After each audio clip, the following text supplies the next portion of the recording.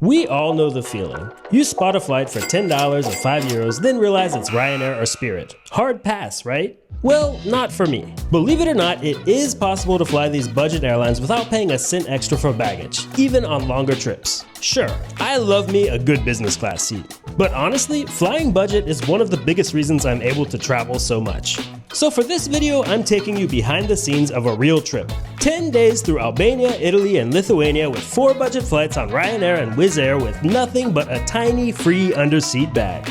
I'll show you exactly what I packed, how I made it all fit, and the tricks I used to beat those brutal size restrictions. But first, let's get one thing straight. Packing for budget airlines means having 2 essentials: a jacket or overshirt with pockets that you wear on board, and a collapsible bag hidden inside your underseat bag.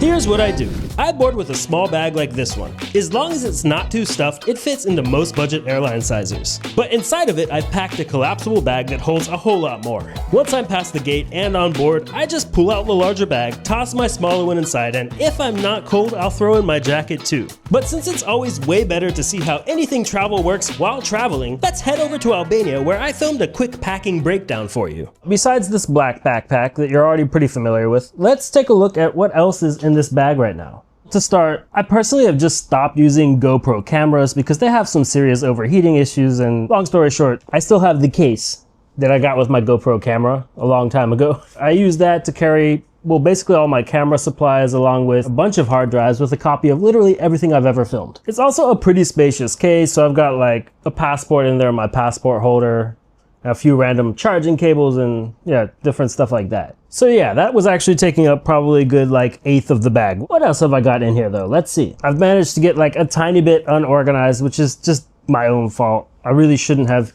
taken anything out of the packing cube that I had in the packing cube. This old towel I bought at Decathlon probably 10 years ago is one of those things. Anyway, I've got a towel in my bag. I always try to travel with some kind of towel, unless I know I'm just going to a place that's for sure going to have a towel for me. A small microfiber towel like this one is a good option, but there's a bunch of different kinds of travel towels out there. So anyway, a regular towel would take up a lot more space than that one, and if you need a towel, it's really worth considering the amount of space it'll take up. And this trip, more or less, is based around the beach. I really don't love getting salt water in my eyes, and I do love swimming in the sea, so that meant a pair of goggles, and these are basically pretty much the smallest goggles you could get. I bought these in Japan at Don Quixote, which they also happen to have in Hawaii. Or wait, maybe I actually bought these. I must have bought these in Hawaii. It says for the USA market. Point being, goggles are probably worth bringing too if you're gonna go swimming in the sea. And yeah, we're starting to get down into the bag.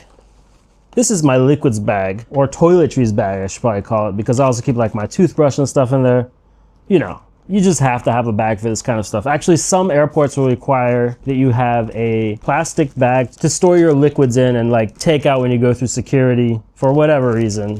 In Germany, that's definitely the case, where I started my trip. And honestly, it's not just in Germany or even just in Europe. There's just like a lot of random countries around the world where they do enforce that you keep liquids in a plastic bag like this, or even certain airports in certain countries. And then there's a lot of places where they could care less. And then there's Brazil, where I've just walked through security with a 1.5 liter water bottle. Who knows? One liquid, besides the obvious stuff that I always carry, that I kind of recommend checking out if you haven't, is this new deodorant. Basically, this stuff is like the thing in the world that sounded the most too good to be true I'd ever heard of. But then somehow somebody convinced me to buy it, and I realized this is the only deodorant I've ever found that actually works. Like, you put this stuff under your armpit, and for an entire week, you've got functioning deodorant. So yeah, I'm just really always traveling with my new deodorant. Not sponsored by them or anything, but honestly, this is a problem that everybody in the world basically has. And it seems like most people haven't heard of Nude, so I thought I'd mention it. And of course, if you're American, you're probably really familiar with this stuff. 18-in-1 Hemp Peppermint Pure Castile Soap, Dr. Bronner's. When they say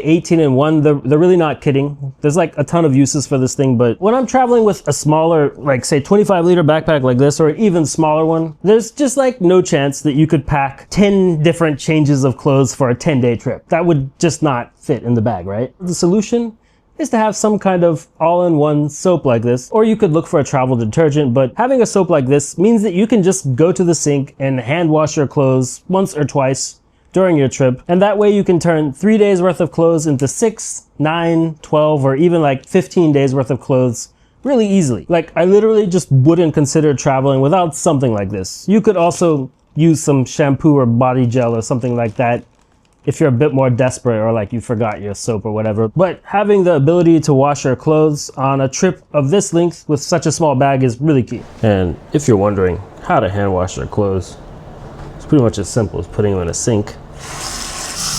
And of course, it's really important that the sink does that to hold some water. Drop a little soap in there. Really just takes, it's like a matter of drops. Doesn't take that much. Make sure you got the soap going throughout. Just make sure the water is kind of everywhere. See, there's not even all that much soap. These clothes aren't like that dirty. They're just getting a refresher. And yeah, it's really just a matter of squeezing the water out of them and hanging them ideally somewhere with some airflow so they dry quick. Of course, you do always have the option of like paying someone or the hotel to do your laundry for you. Well, in some countries it can actually be pretty cheap. But I guess that probably, if you're watching a video about flying a budget airline without paying for any extra baggage, you might not want to pay to do laundry. And another thing that I've always found really useful for a trip like this is to have at least one of these, what are these things called? They zip up, they close, and you put your clothes and other soft items in them. A packing cube. I really wouldn't even consider traveling without a packing cube either. It's just that I've seen how useful they can be. It's gotten a little messy. I had my clothes rolled originally. I admit, nobody's perfect. But in this little cube, I was able to fit like 3 pairs of underwear, a bathing suit, 1 pair of shorts, 3 shirts, 2 pairs of socks. And well, that really covers it. But if you think about that, that's already 3 outfits for 3 days.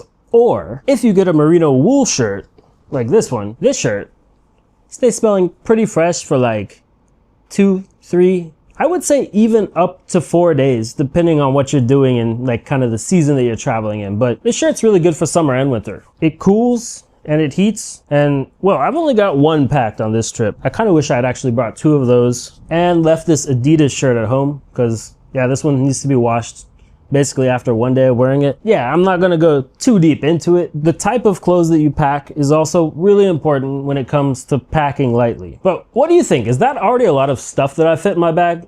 Let me know in the comments what you think about my packing technique, actually. I'd love to hear about it. But anyway, there's more in this bag. A universal charger. Another thing I just wouldn't even consider traveling without. You probably shouldn't leave your wires plugged in like that, to be honest. It's a good way to destroy your wires faster than they need to be destroyed, but this works for US, North American outlets, the Euro style outlet, and of course the UK style outlet. And honestly, this was just a really cheap one. Like, it doesn't have the highest voltage, but you've got 3 USB-C ones and 2, what do you call those? USB-A ones. And of course, like, I don't know about you, but there's no way I could travel without my laptop. Like, that would mean I wouldn't upload a video for you 1 week or something like that, or be able to edit videos for another week, etc. I think everybody pretty much travels with a laptop these days, right? And then getting into the bottom of the bag here, yeah, it's basically just this jacket left here. Oh yeah, one other thing I didn't show you. I always try to travel with a refillable bottle of some kind. And this is just the smallest one that I happen to have on hand for this trip. I bought it in Japan, like, I think at a Don Quixote as well. I think I spend a little bit too much money at Don Quixote. I've got some water in here. You know, I just roll up into the airport lounge, fill it up with water, keep some coffee in it all day. Then I don't have to spend extra money on a coffee in the afternoon, etc. It's always useful to have this. And of course, there's way too much plastic waste in the world. Having one of these things definitely helps you contribute less to that problem. And yeah, I was keeping that water bottle in this super stretchy thing that would fit like, I don't know, let me show you. Earlier, I had this entire water bottle in here, like, it fit just fine with the other bottle in there as well. And you could even fit more stuff still. It's just like really stretchy. Plus there's the same thing on each side, so, well, actually, they may call this a 25-liter bag, but you can fit more in it. I don't know, I bought it at Decathlon. This video is not sponsored by anybody, and honestly, Decathlon has raised their prices in the past few years a little bit more than I think is reasonable, but still, they seem to be the best option. When I bought this bag when I was traveling in Spain, it was like 25 euros. And yeah, having that fold-up bag in my smaller backpack really made all the difference on this trip because I've just always been able to keep everything in one bag, still having some extra space if I needed to like put a water bottle in my bag or whatever else I happen to buy that I wouldn't be keeping for that long, but I just needed some space to store while I'm walking around or whatever. When I'm taking like much longer trips, usually I'll avoid these low-cost airlines, to be honest, like traveling for 3 months around Asia. Then I bring my 40-liter Osprey backpack pretty much all of the time. But having a smaller bag and just knowing what you need to pack for a trip that's not necessarily like just a few days long, while not having to pay extra for your baggage and stuff on a low-cost carrier, is really a way that I at least have been able to save a lot of money on traveling. So anyway, that's how I pack my bag to avoid paying extra fees on budget airlines. And if you want to see how I pack my 40-liter Osprey bag for much longer trips, then watch this video next. It's one of my very first videos on this channel, and you might enjoy watching me being a little more camera shy. Plus, I don't know if you noticed, but at the beginning of this video, when I put my black bag in the sizer, I really had it filled to the brim, and it was just a little bit too big for Ryanair and Wizzair. So was I actually able to bring it on board all 4 of those flights without paying any extra baggage fees? Well, I've got a whole nother video about it for you, but let me tell you, some crazy stuff happened on that trip. But that wraps it up for this video. If you liked it, make sure to give it a like. Don't forget to subscribe if you're not already, and I'll see y'all in the next video.